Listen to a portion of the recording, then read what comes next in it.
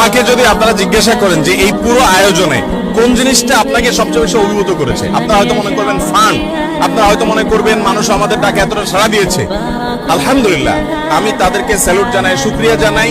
আর আমার স্যালুটে কিছু আসা যায় না, যাকে খুশি করার জন্য দিয়েছেন তিনি তাদেরকে খুশি করেন, আমরা দোয়া করি।